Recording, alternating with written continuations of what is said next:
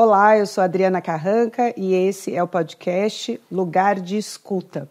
Hoje eu converso com uma pessoa muito especial e eu gostaria de apresentá-la contando uma breve história de quando a minha filha começou a expressar o desejo de dançar e de fazer aulas de balé. Logo me veio na cabeça, a primeira pessoa que me veio foi a Ingrid Silva, essa bailarina brasileira incrível que eu entrevisto hoje. E foi muito emocionante esse momento, porque foi a primeira vez que a minha filha viu dançar uma bailarina negra. E ela, olhando o vídeo da Ingrid, ela me falou: mamãe, ela se parece comigo. E isso foi muito emocionante. Então, eu queria te dar as boas-vindas, Ingrid. Muito obrigada por você ter topado dar essa entrevista, participar do nosso podcast. E queria conversar com você sobre representatividade, sobre essa transformação que eu vi na minha filha, através das imagens, de toda a sua luta, desde pequenininha, ela culminar nessa transformação que você promove também nas crianças do Brasil e do mundo todo. Seja muito bem-vinda. Esse é o nosso lugar de escuta e é o seu lugar de fala, Ingrid. Muito obrigada. Estou muito feliz de estar aqui. Eu sei que essa agenda e essa vida corrida demorou para que esse momento acontecesse, mas a gente está aqui agora e eu estou muito feliz. Muito obrigada. Conta um pouquinho de como foi o início, Como é que você começou, de onde você nasceu? Eu sei que você nasceu no Rio de Janeiro. Como é que era essa família, E em que momento você decidiu dançar balé? E que você principalmente soube que era possível para uma menina negra dançar balé? Então, eu sou do Rio de Janeiro, de Benfica, da zona norte do Rio. Eu já fazia várias atividades desde pequena, fazia natação aos 3 anos de idade. Comecei futebol, basquete, todas as outras atividades junto com natação e tal. Com 8 anos de idade, um vizinho nosso, tio Arizi, mencionou para minha mãe sobre a Violônica da Mangueira, que estaria tendo esportes e tudo mais. E aí a gente se interessou, em se inscrever. Minha mãe inscreveu a gente, assim, bem despretensiosamente. A gente fez o teste de balé, passou. A professora, no caso, falou que a gente tinha talento e tal. E aí virou-se mais uma atividade, pra gente fazer, sem o intuito de, o sonho dessa criança sempre foi fazer balé. Nunca foi. E aí eu acho que o balé foi me conquistando, pessoalmente. Com 6 anos, o Bruno entrou também. O Bruno é meu irmão. E a gente começou a ter essa jornada juntos. Eu fiz prova para a Escola de Dança Maria Heleniva, que era o Teatro Municipal do Rio. Passei alguns anos estudando balé lá. Depois eu fui para o Centro de Movimento Débora Coker e fiz um estágio com o Grupo Corpo. Foi minha primeira experiência profissional. Nesse meio termo, eu mandei um vídeo audição para o Dance Theatre of Harlem. Isso foi em 2007. Tive algum imprevisto, o vídeo nunca chegou. Acabou que o vídeo se perdeu pelo caminho. Aí, em 2008, eu mandei o vídeo novamente. O Arthur Mitchell, que é o fundador da escola, estava vivo na época, gostou muito do meu trabalho, recebeu o vídeo, e aí eu vim fazer o teste pessoalmente. Quando eu vim fazer o teste pessoalmente, para mim, isso foi um momento muito potente, porque você sai de uma comunidade, a dança acaba te conquistando, e aí você tem a oportunidade de vir fazer o teste. E aí eu passei. Nisso que eu passei, eu voltei pro Brasil para organizar toda a documentação, de estudante da escola e tal. E aí, quando eu voltei de novo na escola, foi a primeira vez. Foi aquele momento ali que eu falei assim, caramba, eu realmente estou no balé, sabe? O balé para mim é possível. Foi quando eu cheguei em Nova York, no Dance Theatre of Harlem. Nossa, levou anos para que você se empoderasse, se tomasse posse também desse lugar de dança, de ser uma bailarina profissional. Em termos de escola, porque como eu só estudava, dança e estava nas escolas, não era nada profissional, não era um trabalho. E os ambientes que eu estava, mesmo da escola, não eram tão diversificados. Então você não via ninguém que se parecesse com você, ou talvez passasse a possibilidade de que você teria essa oportunidade. Então quando eu chego num outro lugar que é fora do meu país, e eu vejo essa diversidade, e eu vejo essa oportunidade, é que eu me questiono, caramba, por que eu não vi isso onde eu estava antes?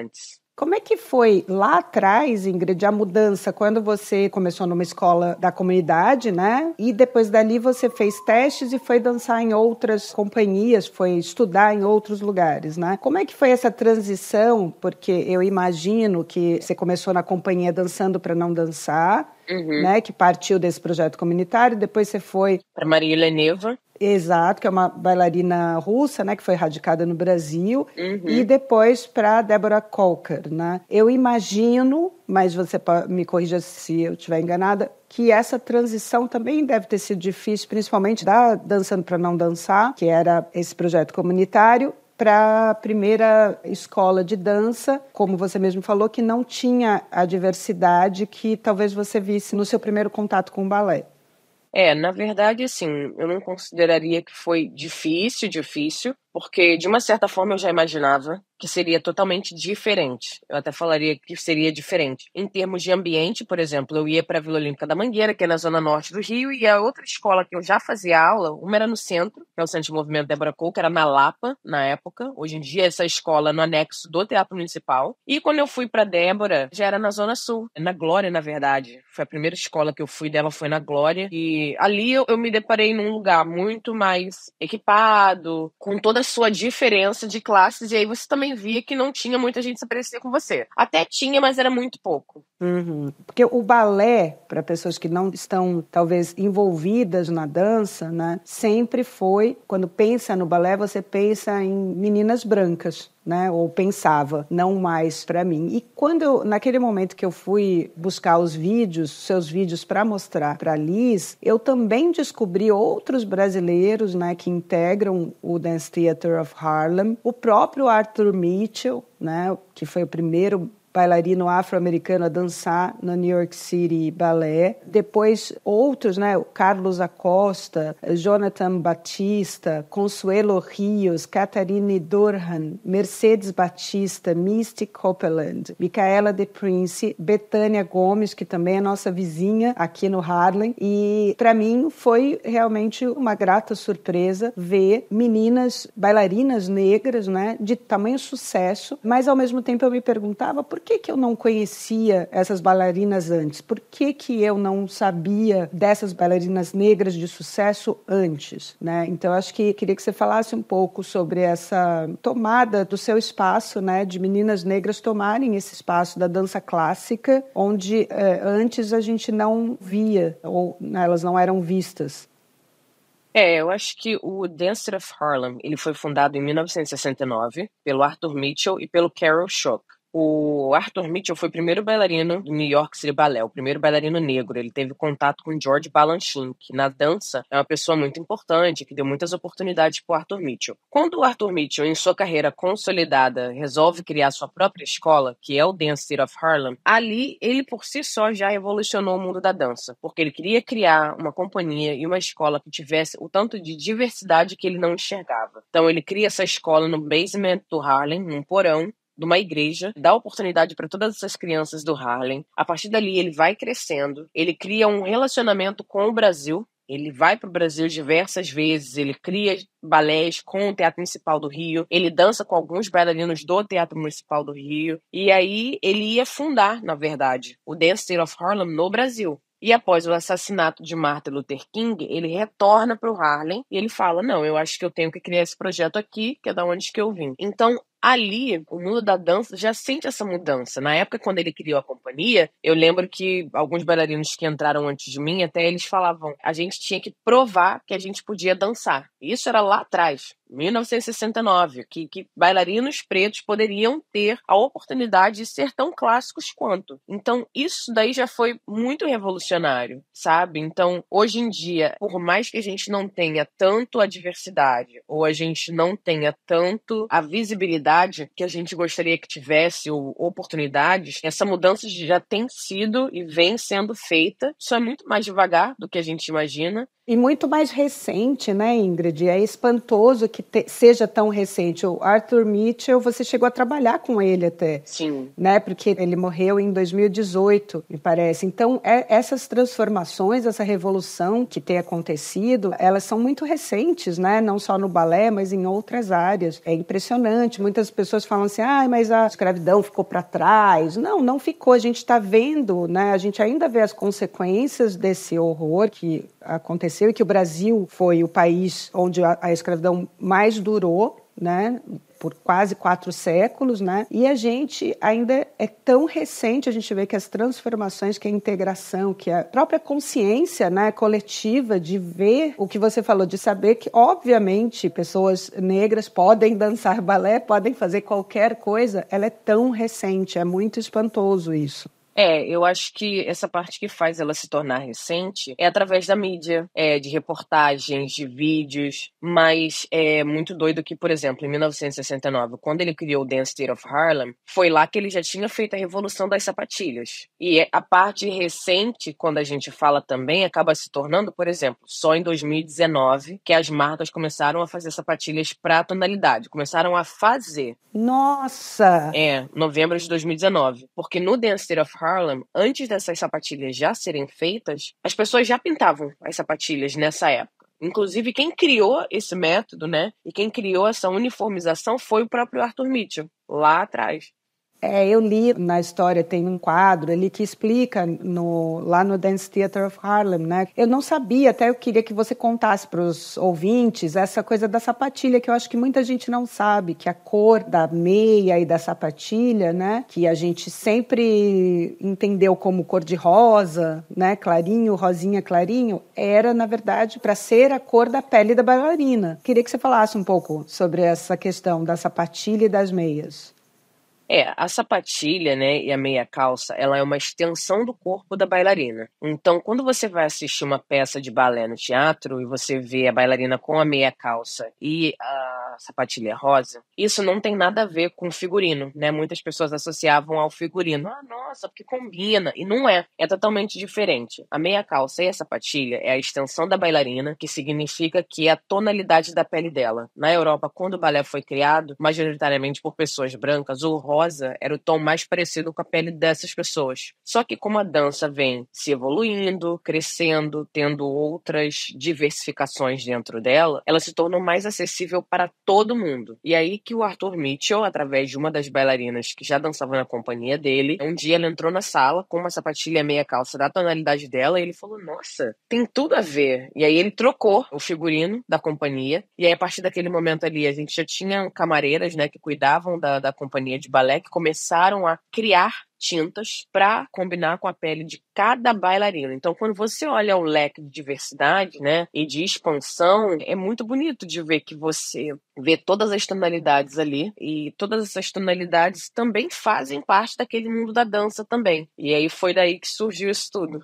Não, isso é muito maravilhoso e muito revolucionário, né? E é impressionante, Ingrid, como uma mudança que nos parece tão simples muda tudo, revoluciona, né? Toda uma história.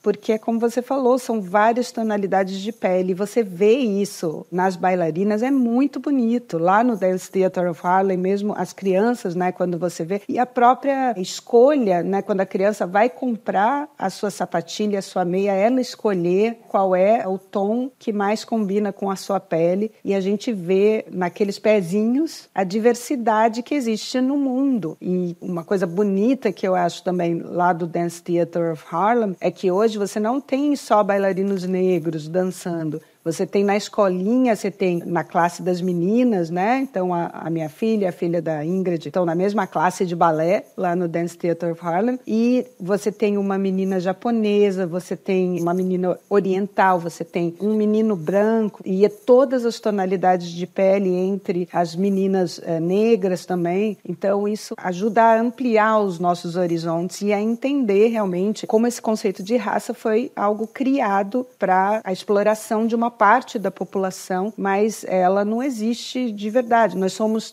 de muitas tonalidades, né? Então, é bonito, essa experiência também é muito bonita e muito importante. Imagina o impacto que isso teve quando você chegou aqui no Harlem. Você veio sozinha para cá? Você saiu? Você já tinha viajado antes de vir, quando você veio a primeira vez aqui para Nova York? Então, já tinha viajado com a companhia para vários festivais de dança, apresentações, mas não internacionalmente. Foi minha primeira viagem internacional. Eu cheguei em Nova York, conheci uma cultura diferente, não falava inglês ainda, aprendi tudo aqui. Então foi um choque cultural diferenciado muito grande. E a surpresa de você ver também, talvez, não sei, Nova York é um centro do mundo, né?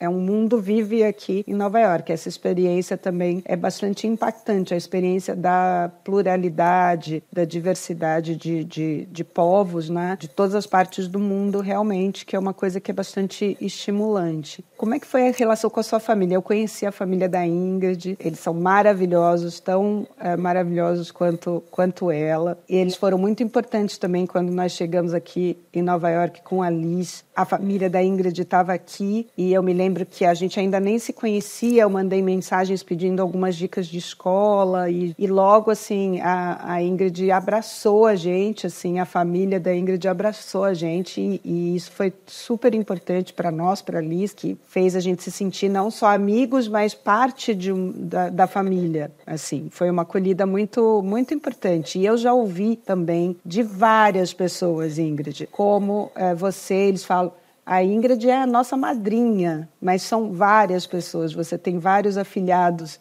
aqui. Nossa!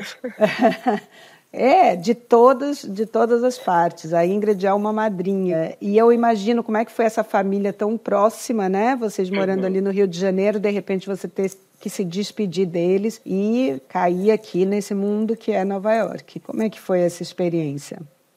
Eu acho que assim, foi a minha primeira experiência longe de casa, sem a minha família. A gente sempre foi muito unido. Minha mãe, né, sempre incentivou a gente em primeiro lugar e até muitas das vezes teve que sair do trabalho para poder levar a gente para dançar, para fazer aula, apresentação. Então, foram anos de dedicação para que a gente pudesse chegar no patamar que a gente chegou hoje. Meu pai também sempre incentivou muito, mas sempre trabalhando muito na área dele, e a minha mãe que era a que mais falava, ai não, vamos para essa escola, vamos para essa escola, vamos para outra. Nova York é uma cidade que é super diversificada em todos os sentidos. Tá todo mundo junto e misturado. Então, quando eu chego em Nova York também, eu vejo essa diversidade, eu vejo a dança, eu vejo as oportunidades, é um outro leque, né, que se expande, que se abre culturalmente. Como o Rio de Janeiro também é uma cidade muito grande, com tanta coisa acontecendo, o choque não foi tão grande por conta disso. Mas o choque foi grande na parte da linguagem, né? Eu não falava inglês, então demorou muito tempo até eu criar laços, até eu conversar com as pessoas, até eu entender o que as pessoas estavam falando. Então essa parte de choque cultural foi bem punk. Uhum. E a saudade de casa? A saudade da família? Ah, sempre, né? Sempre morria de saudade. Durante um primeiro ano foi bem difícil. Até falava pra minha mãe, olha, eu acho que não vai dar certo. Eu vou ter que voltar pro Brasil. Não acho que. Minha mãe falava, não, minha filha, não desista, continua aí, continua aí. Então ela foi uma figura muito importante nessa parte da rede de apoio, né? É muito impressionante na sua história, nas histórias de várias pessoas de sucesso, como a família é realmente importante, né? A mãe, ou o pai, ou ambos, como esse apoio, essa estrutura é importante, né? Essa motivação. E você fundou recentemente a Pod Her, em 2017. É uma organização criada para fomentar a vontade de mudança. Como é que é isso? De onde surgiu essa ideia, né, de você criar essa plataforma, como vocês descrevem, um ambiente seguro para as pessoas compartilharem a sua história numa zona livre de julgamentos, incentivando o diálogo de uma forma muito empática e gerando essa transformação nas pessoas para que elas queiram se transformar e transformar também. Pod Her surgiu de uma conversa, né, entre mulheres. Na verdade, eu acho que a gente sempre se encontra naqueles ambientes de festa ou na casa de uma amiga, onde todas as mulheres se reúnem e começam a falar sobre diversos assuntos. Então, eu já tinha visto na minha própria jornada o quão é importante você ter a oportunidade de sempre falar por si, de sempre ter esse papel de protagonismo na sua vida também. Não são todos os dias que muitas têm esse papel. Então, quando a gente fundou o Pod Her, foi nesse intuito, primeiro, de criar uma comunidade, segundo, de criar um espaço seguro para que essas pessoas pudessem contar suas histórias e serem potencializadas através disso. A gente teve nosso último evento ano passado, foi muito importante, muito gratificante ter criado um evento como esse. A gente tem uma comunidade de mais de 300 pessoas no mundo todo e ver essas pessoas se comunicando, se encontrando, criando esse networking que é tão importante para as mulheres, é muito importante, né? Às vezes a gente tem sonhos e gostaria de ter realizações, entre muitas outras oportunidades, e a gente não tem um espaço. Então é aí que vem o Pod Her, é um espaço criado para isso. É para as mulheres, né? É especificamente para mulheres. Sim. A gente tem várias camadas, né, na nossa sociedade, camadas de dificuldade, né? A questão de ser mulher, você tem os espaços já são mais limitados. Para uma mulher negra, os espaços são ainda mais limitados, né? Então você tem essas camadas, né? Como que você superou, né, essas camadas? Eu lembro que recentemente você fez um post sobre, acho que foi o primeiro episódio de racismo, né? Claro, que você vivenciou aqui, quando uma pessoa, você estava na fila conversando com alguém, e uma pessoa perguntou qual era a sua profissão. Foi uma coisa, acho que recente, mas eu queria que você falasse sobre isso e se você notou, né, ao longo da sua carreira, outros episódios parecidos. Eu acho que quando você é uma pessoa negra, né, você não tá livre disso, você passa por isso a sua vida inteira. Então, por mais que esse tenha sido um episódio recente, é um de vários, né, ao longo da minha vida toda. Eu acho que no início, quando eu era criança, eu entendi que isso era errado, eu entendi que era racismo, mas as pessoas não falavam tão abertamente, não tinham tanto entendimento disso. Então eu achava muito estranho quando esse tipo de situação acontecia. Eu falava, nossa, que esquisito. Comportamento diferente, eu não entendia muito bem. No balé, o racismo, para mim, no Brasil, era muito mais velado. As pessoas não falavam nada em específico, mas elas te olhavam com uma cara diferente. E tinha algumas que falavam, que eram bem cara de pau, mas aí também vem tudo a ver com como o balé é tóxico, né? É uma arte muito bonita, mas tem umas outras camadas ali que são muito tóxicas. A gente tem muitos diretores, professores, pessoas muito traumatizadas, que infelizmente acabam passando esses traumas para a nova geração. E aí, quando eu chego aqui nos Estados Unidos, né, eu me encontro no Harlem, eu me redescubro em várias maneiras, até por conta de identidade, cabelo, dançar numa companhia dos Estados Unidos que é super diversa, viajar o mundo todo com essa companhia e ver, né, quando você vai para estados que são totalmente brancos, não tem pessoas pretas, não tem diversidade. E isso, para mim, é uma reflexão de muita coisa importante, sabe? Quando eu tava na Filadélfia, né, que aconteceu esse episódio de racismo, é tão engraçado porque você tá acostumado com que essas coisas aconteçam, mas você nunca acredita que vai acontecer com você ali naquele momento. Tipo, eu tava com a Laura e com meu marido, e aí o cara perguntou qual era a minha profissão, ele falou assim, mas você é empregada? Aí eu fico assim, ai, cara, que preguiça. E é preguiça e ao mesmo tempo é um choque, porque você fala, são 20 e 24, quem é que tem um tipo de conduta como essa? Mas aí você também vê que na maioria das pessoas, por mais que você fale, eu sou antirracista, eu não sou racista, tem alguma coisa ali em você que ainda precisa ser trabalhada, que ainda precisa ser desconstruído. E eu também entendo que as pessoas falam, mas eu quero aprender, não sei o quê, mas então tem que ter essa busca pelo aprendizado, né? Não tem que ter sempre alguém te ensinando. Por exemplo, naquele momento ali, eu poderia ter ensinado pra ele, olha, cara, você não fala isso, nananã. Mas aí você também fica assim, jura? De novo, né? Jura? Nós estamos em 2024 e eu vou ter que explicar para ele por que não Exatamente. É adequado, né? Como que se forma esse pensamento. Porque as pessoas talvez elas não enxergam, mas é o que você falou, as pessoas precisam buscar ativamente esse conhecimento. A gente fala sobre várias coisas entre buscar conhecimento, porque a gente está num mundo agora que tá todo mundo no telefone. Uhum. Não tem a possibilidade de você continuar cometendo esses erros e falar que você precisa aprender. Não sabia. Se você tá no telefone o dia inteiro, em rede social, em WhatsApp, lendo sei lá o quê, você também tem um tempo para se educar, para buscar por esse conteúdo, sabe? É uma longa jornada que eu acho que é sempre importante a gente falar sobre, mas também abrir espaço para que as pessoas se informem. Isso é muito importante.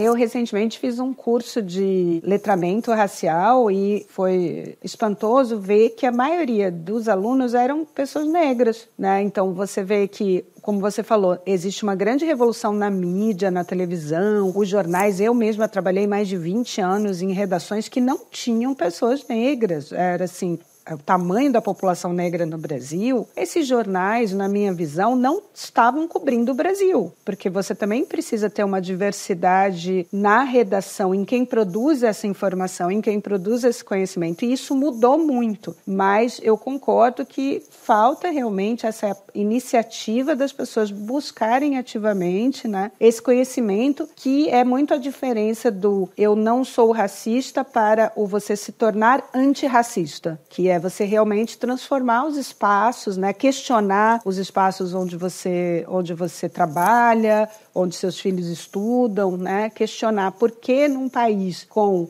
uma população negra tão grande ainda existem escolas com crianças totalmente brancas, ou professores, principalmente, né, com corpo acadêmico só de pessoas brancas. Então, esse questionamento, acho que é muito também a confusão, que as pessoas não entendem essa diferença do eu não sou racista, mas a gente precisa fazer um pouco mais hoje, que é se tornar antirracista e realmente passar, nos questionar, né, esses preconceitos que levaram essa pessoa a falar para você. Aliás, conta, porque eu ouvi de você, mas eu não sei se os ouvintes sabem, se lembram dessa história. Ele perguntou sua profissão, mas ele já falou sua profissão, foi isso? Ele não te deu a oportunidade de responder? Na verdade, eu tava, na rua, e aí com a minha filha, brincando ali, e ele viu eu falando português, ele falou assim, você é brasileira, conheço o Brasil, tralilê, tralalá, gosto muito da cultura, não sei o quê. Aí eu falei assim, legal. E ele falou, você tá fazendo o que aqui? Você trabalha? Porque na visão do americano, quando ele vai pro Brasil, provavelmente eu tenho certeza que, óbvio, esse cara devia ter um poder aquisitivo bom, e ele devia estar num hotel, em algum ambiente, onde a maioria das pessoas que estavam servindo ele eram pessoas pretas. E quando ele fala assim, você tá trabalhando, você trabalha com limpeza, alguma coisa assim, eu não lembro mais exatamente o que era. E eu falei, não, eu sou bailarina clássica. E aí veio o espanto e a admiração. E aí, pra mim, quando isso acontece, não é uma coisa que tipo assim, que legal, ele gostou da minha profissão. Não, porque eu acredito que você pode ser a profissão que você quiser, independente do pré-julgamento das pessoas. E você não começa uma conversa com ninguém, eu não faria isso com pessoas brancas ou pretas, você vem conversar comigo e falar assim, mas você trabalha na área de, sei lá, qualquer área. Até porque uma conversa, quando você tem ela, é pra você trocar com a pessoa, entendeu? E eu não senti que aquilo ali foi uma troca. O próprio espanto e admiração, ele também imbui um preconceito. Sim, com certeza. Né? Porque você se espanta porque você antes acreditava que uma pessoa negra não poderia ser bailarina clássica. Então, esse é um processo que é longo e que exige realmente um esforço das pessoas brancas de se questionarem por que elas têm essa preconcepção, né, sobre o que pessoas negras fazem como trabalho, o alcance, né? Hoje você tem várias pessoas negras que são ícones de sucesso, de profissões e vidas bem-sucedidas, mas realmente falta essa base que é a gente se questionar o tempo todo os nossos próprios preconceitos e também por que os espaços não têm diversidade num mundo tão diverso, né? Eu vi que você fundou também uma outra plataforma para divulgar bailarinos negros, a história de bailarinos negros, né? E acho que isso também tem a ver com o assunto, né, o tema desse podcast, que é essa importância da representatividade, né? E de você tornar as pessoas negras em todas as áreas, em todas as profissões, mais conhecidas, mais visíveis, né? Porque o próprio olhar, né, do coletivo, isso transforma o entendimento coletivo, né, a consciência coletiva, a percepção e a aceitação apenas pela visibilidade mesmo. Por isso é tão importante. O Black Sim Ballet foi fundado em 2019, depois do movimento do Black Lives Matter. A gente viu a necessidade de não só falar em entrevistas ou em qualquer outros momentos sobre diversidade, mas também criar uma plataforma que mostrasse essa diversidade. É importante a gente, quando ocupa esses lugares de espaço e de destaque, pelo menos eu penso assim, de que você também possa potencializar a vida de outras pessoas. Então, o Black Sim Ballet também vem como uma organização que quer potencializar esses bailarinos, criando essa plataforma. A gente tenta fazer com que essa visibilidade também se torne em oportunidades. Então, a gente está trabalhando em criar uma bolsa de estudo para esses bailarinos. A gente também está trabalhando em futuramente fazer um festival de dança e por aí vai. E crescer mesmo e fazer essa mudança dentro do mundo da dança para um bom e longo tempo. Eu me lembro quando George Floyd, né, que foi assassinado e que levou a todo esse movimento do Black Lives Matter, né? Eu me lembro de uma cena muito emocionante, que era a filhinha dele nos ombros do tio, né, do irmão do George Floyd, e ela falava assim, "My father changed the world", meu pai mudou o mundo. E infelizmente de uma forma absolutamente trágica, que a gente nem acredita que ainda aconteça, mas de fato ele mudou o mundo, porque foi tão potente o Black Lives Matter e atingiu tantos lugares, chegou ao Brasil e houve tantas iniciativas ainda, né, dessa revolta, né, contra aquela cena horrorosa, mas é uma mudança que a gente, felizmente, realmente tá vendo, né, agora. Falta muito, né, Ingrid, para a gente continuar, mas é bonito de ver e acho que você é esse conduíte de transformação, né, não só para as crianças que simplesmente te veem, mas você tem esse papel ativo também de potencializar e promover essa transformação que é muito bacana. Quais são os seus planos para o futuro? Eu não sei o que você pode, eu sei que você me contou alguns, mas não sei se você pode abrir.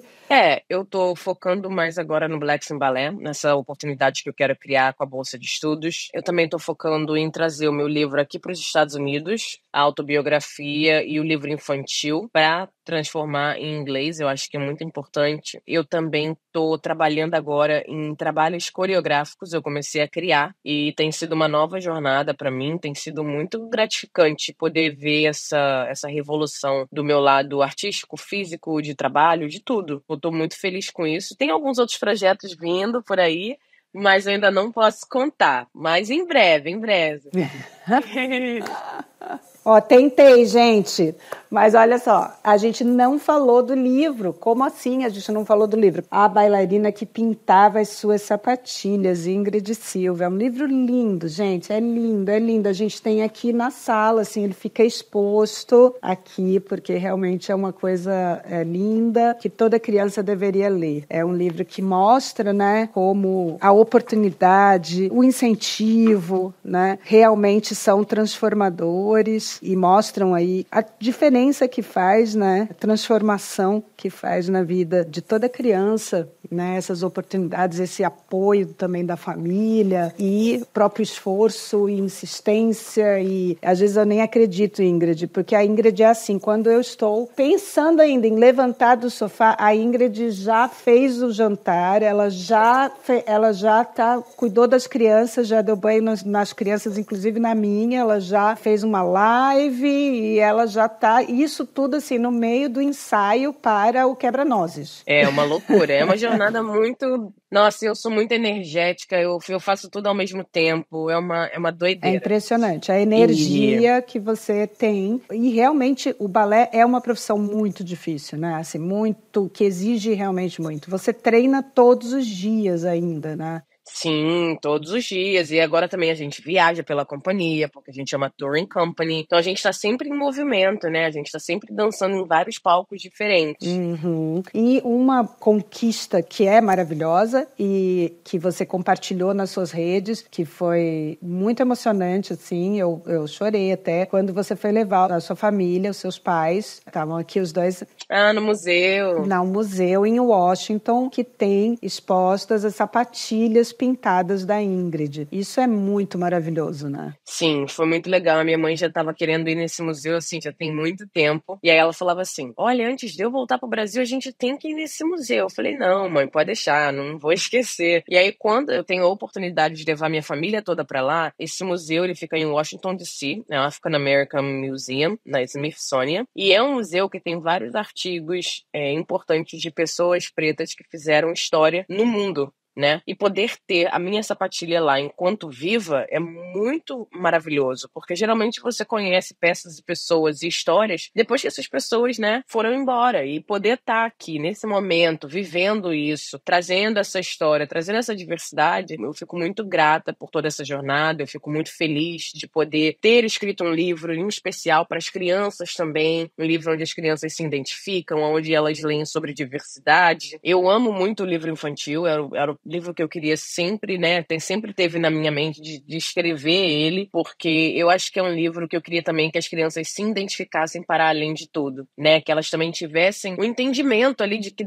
a dança é para todos. Essa página que você tá é a minha favorita, que é a última página, e ela mostra que é possível. Eu vou descrever como a gente está num áudio, né? Então ele traz uma senhora lendo na ponta, dançando balé. Aí tem um menino negro, tem uma menina ruiva, tem uma menina na cadeira de rodas. E a gente sempre lê aqui em casa, né? A criança pequena, ela pede para ler sempre várias vezes, né? Acho que para absorver a mensagem. E nessa página, ali sempre fala: então, todo mundo pode dançar balé? Pode, olha só, a vovó pode dançar balé, ela fala. E é muito importante, realmente, essa imagem é muito impactante. E eu fui uma vez num desfile de um projeto na minha cidade em que a bailarina era uma menina numa cadeira de rodas e ela fazia o movimento das mãos enquanto uma outra bailarina que levava a cadeira de rodas fazia o movimento dos pés. E foi uma das coisas mais lindas que eu já vi na minha vida. Realmente potente. Nossa, que lindo! Lindo, Uau. lindo. E essa imagem do seu livro também passa, né, essa mensagem, que é muito bonito. Ingrid, a gente está chegando quase no final, já falta um pouquinho só. Esse podcast, né, a nossa ideia nesse podcast é que ele seja o nosso lugar de escuta e o seu lugar de fala. E eu queria terminar, né, essa nossa conversa perguntando a você o que você gostaria que as crianças ouvissem de você, né? O que você gostaria de falar para uma criança que hoje está começando ou no balé ou em outra área que é do seu sonho, né? Sobre esse sonho, né, que você percorreu e conquistou.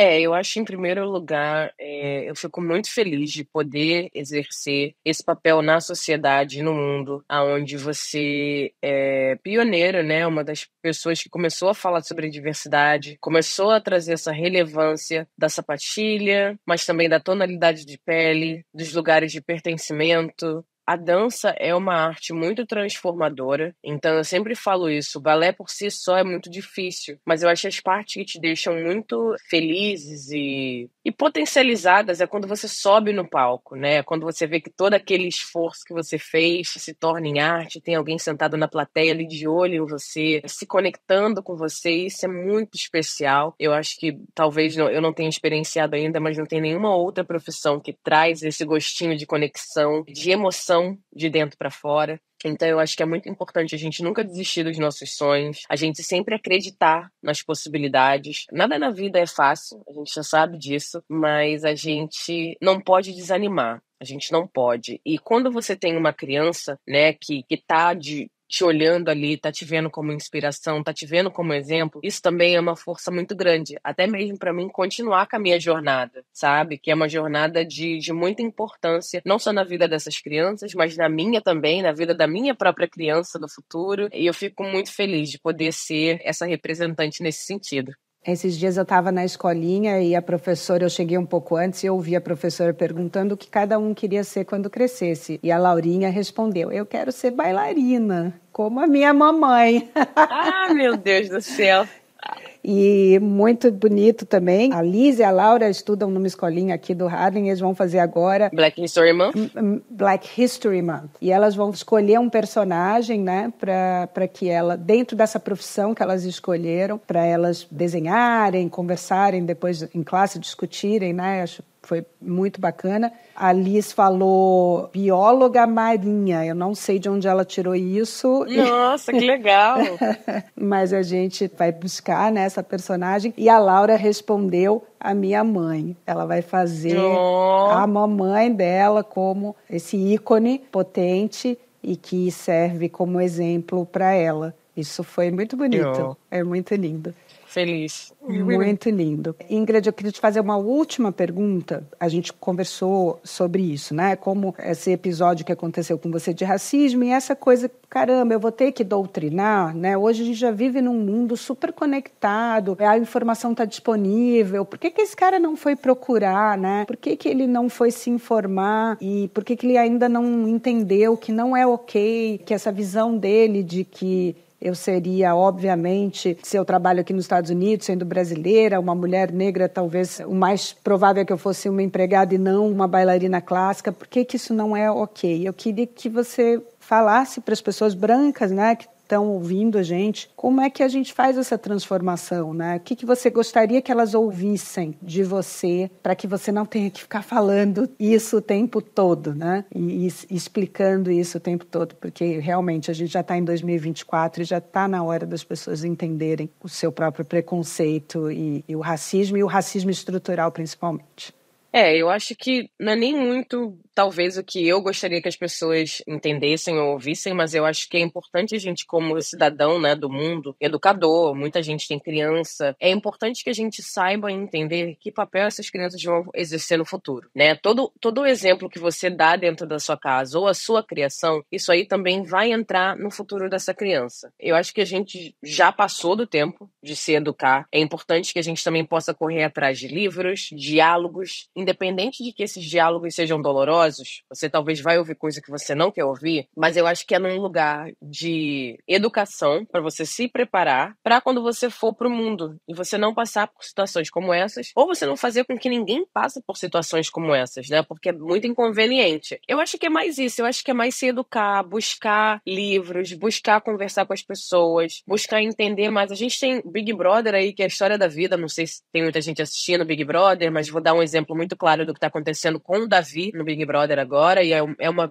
visualização de várias situações que acontecem também na sociedade. Né, você vê uma casa de 20, 30 participantes excluindo um participante só. Entre várias outras coisas que vem acontecendo, entre várias outras coisas que as pessoas vêm falando, eu acho que, por mais que muitas pessoas não gostem desse programa, ele é um recorte da realidade. Porque se as pessoas fazem isso ali num programa que é filmado, de uma certa forma elas também fazem isso na vida. Então, todas essas coisas só servem para ensinar a gente a não repetir esses erros, né? Independente de quais esses erros sejam. Então, eu recomendo que as pessoas ouçam mais, conversem mais sobre esses assuntos e se eduquem mais. É muito importante. Maravilhoso, Ingrid.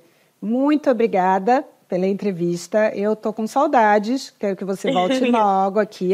Eu também. A Ingrid está em turnê pelos Estados Unidos, né, agora, e depois a gente vai ter o privilégio de assistir a Ingrid aqui em Nova York, na temporada do Dance Theater of Harlem desse ano. Eu queria agradecer aos ouvintes e dizer, leiam autores negros, vão ao teatro assistir peças de autores negros, vão ao teatro assistir o balé por bailarinas negras e com coreógrafos negros, né? Acho que essa transformação depende realmente, como a Ingrid falou, de todos nós. Uhum. Então, muito obrigada por trazer essa mensagem bonita pra gente e te vejo logo aqui. Obrigada a você pelo convite. Estou muito feliz.